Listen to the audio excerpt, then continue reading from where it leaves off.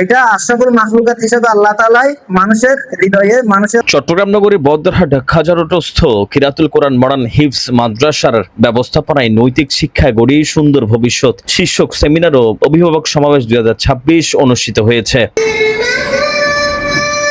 মঙ্গলবার 25শে আগস্ট সকাল 10টায় মাদ্রাসা হলরুমে আয়োজিত এই অনুষ্ঠানে সভাপতিত্ব করেন প্রতিষ্ঠানের প্রতিষ্ঠাতা পরিচালক হাফেজ কারি মোহাম্মদ আমানুল্লাহ দৌলত।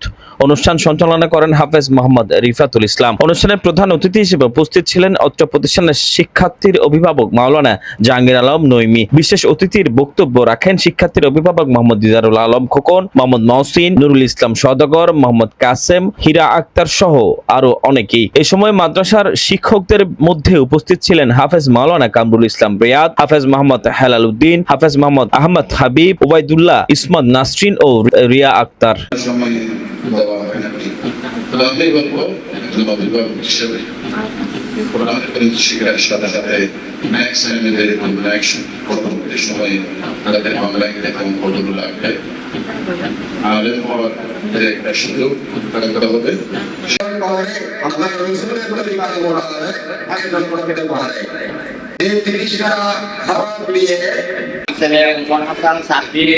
বর্তমান আপনার 30 পারা কোরআন শেষ করে এখন দাওয়াতের মধ্যে আছে। সবাই আমার ছেলের জন্য দোয়া করবেন যেন অতি শীঘ্রই উনি দাওয়াত শেষ করে অন্য ভালো দেখুন একটা মাদ্রাসা যে থাকে আমরা কিছু বলার সুযোগ পাই না। ওরা দেখা যায় অনেকেই দেখি এখানে আসলে সালাম দেয়, তো আমাদের বাচ্চারা তো ছোট, ওরা তো পুরোপুরি এখনো বুঝতে পারেনি।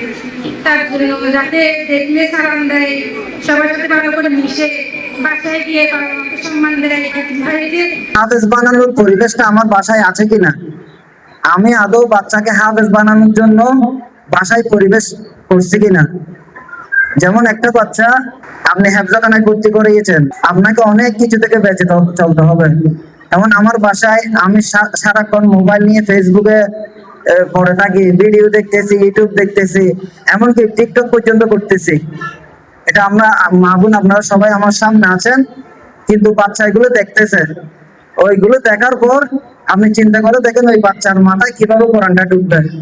আমি মা হিসেবে হাফেজের আশা করতেছি, বাবা হিসেবে আশা করতেছি, আমি যদি নিজে বাচ্চার সামনে মোবাইল দেখি, যত ফিতনা আছে সবকিছু এখন বর্তমানে মোবাইলে, তো আমি যদি এটা থেকে বেঁচে চলতে না পারি, আপনারা যদি টেনশন করেন আমার বাচ্চা পড়াতে আগাচ্ছে না কেন, অন্যর বাচ্চা তো বেশি পড়ে ফেলছে, আমার বাচ্চাকে দিতে এতদিন হয়ে গেছে এখনো নাজারা শেষ করতে পারে নাই, অথবা হেফজে শেষ করতে পারে নাই, অথবা দাও শেষ করতে পারে নাই, কিন্তু আমার দুর্বলতাকে আগে আমাকে সেটাই ঠিক করতে হবে। কেননা আপনি একটা পাত্রের মধ্যে ছিদ্র রাখলে ওই ছিদ্রটা বন্ধ না করলে কোনোদিনও পানি জমা রাখতে পারবেন না। ওখানে আগে আমাকে ছিদ্রটা বন্ধ করতে হবে। তো এখানে ছিদ্র কি, আমি বাচ্চাকে মাদ্রাসায় দিছি হেফজখানায়, কিন্তু আমি বাসায় হেফজখানার পরিবেশ করতে পারি নাই।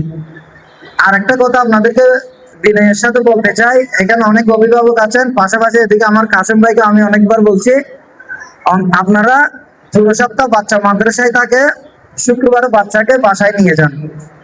আমরা যদি না নিতে বলি, আপনারা আমাদেরকে একটা কথা বলেন, শুক্রবারে তো পড়া হয় না, পড়া না হলো সকালে পড়া হয় এবং সন্ধ্যায় হয়, পুরো সপ্তাহ পরে বাচ্চারা ক্লান্ত হয়ে যায়। আমরা দিনটা বাচ্চারা কাপড় চোপড় ধুই, এখানে একটু পরিষ্কার করি, একটু রেস্টের সময়টা কি কয়েক ঘন্টা, সকালেও পড়া হয় সন্ধ্যায় পড়া হয়, কিন্তু দুপুরে আমরা কয়েক ঘন্টা বিরতি রাখি। একটা ছোট চারা গাছ রোপণ করছেন, চারা গাছ রোপণ করার সময় প্রত্যেকদিন আপনি এখানে ভালো পানি দিচ্ছেন, বিশুদ্ধ পানি দিচ্ছেন চারাটা বড় হওয়ার জন্য, কিন্তু সপ্তাহে একবার শুক্রবার আপনি বিষাক্ত বিষ ঢেলে দিচ্ছেন এখানে।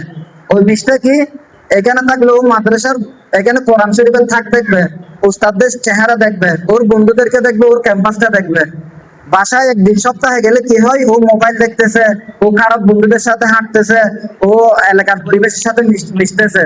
তো কোরআন একটা এমন একটা জিনিস যেটা পাহাড় পর্বত কেউ এটার দায় নিতে পারে নাই। এটা আশরাফুল মাখলুকাত হিসেবে আল্লাহ তাআলাই মানুষের হৃদয়ে, মানুষের অন্তরে, মানুষের ব্রেনে স্থান দিয়েছে। এটার জন্য আমাদেরকে অনেক কিছু ত্যাগ করতে হবে। অনুষ্ঠান শেষে বিশেষ দোয়া ও মোনাজাত করা হয়। পরে উপস্থিত অভিভাবক ও অতিথিদের দুপুরের খাবারের আয়োজন করা হয়। পবিত্র 12 রবিউল আওয়াল উপলক্ষে মাদ্রাসা 2 দিনের ছুটি ঘোষণা করা হয়েছে।